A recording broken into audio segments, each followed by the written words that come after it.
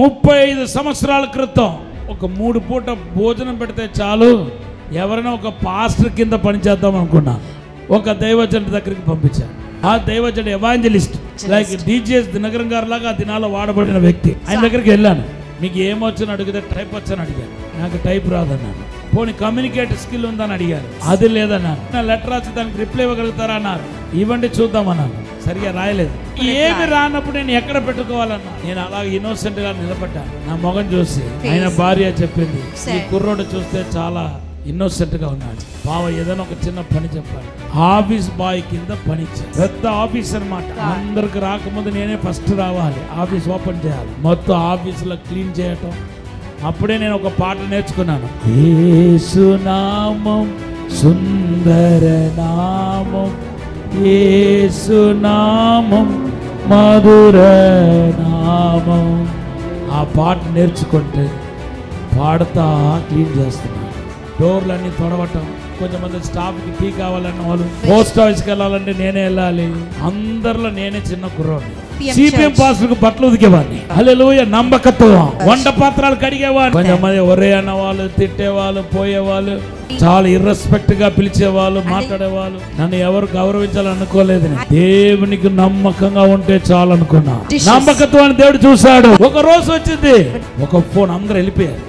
Land phone, mobile లేదమ్మా. Land phone లో phone ring అవుతా ఉంది. నన్ను ఫోన్ ఎత్తకూడదట. ఒక స్వరం వినపడుతుంది, ఫోన్ ఎత్తు. ఫస్ట్ టైం ఫోన్ లో ప్రేయర్ చేస్తున్నా. పెద్ద పెద్ద కేకలు ఎలాగ వచ్చిందో ఆ సౌండ్ నాకు తెలియదు. పెద్ద పెద్ద కేకలు పెట్టి ప్రార్థన చేశాను. లాస్ట్ లో 15 నిమిషాలు ప్రార్థన చేసి ఆమెనని ఫోన్ పెట్టాను. నిన్న ఏ టైంకైతే రింగ్ అయిందో అదే టైంకి 5:45కు మరలా రింగ్ వస్తుంది. ఒక స్వరం వినపడుతుంది, థామస్ ఫోన్ ఎత్తు.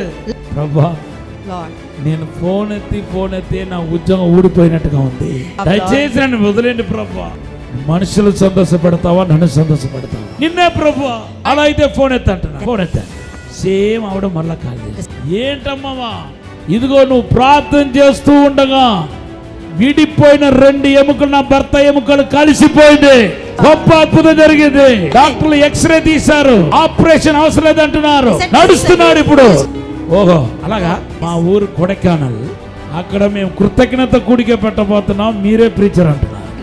ఊరంతా వాల్ పోస్టర్. అది ఒక టూరిస్ట్ ప్లేస్ కనుక జనాలందరూ, నేను మెసేజ్ ఇస్తా ఉంటే జనాలందరూ పోగైపోయారు. అలా నిలబడి వింటా ఉన్నారు. చాలా మంది క్రిస్టియన్స్ వింటా ఉన్నారు. ప్రేయర్ చేస్తే హీలింగ్ జరిగిపోతుంది.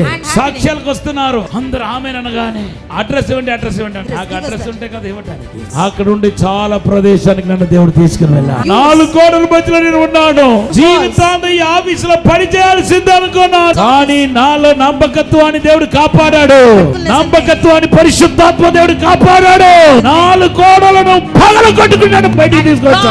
ఆంధ్ర రాష్ట్రమంతా దేవుడు వాడుకున్నాడు. నమ్మకంగా ఉండు. నన్ను ఆశీర్వదించే దేవుడు నిన్ను ఆశీర్వదిస్తాడు.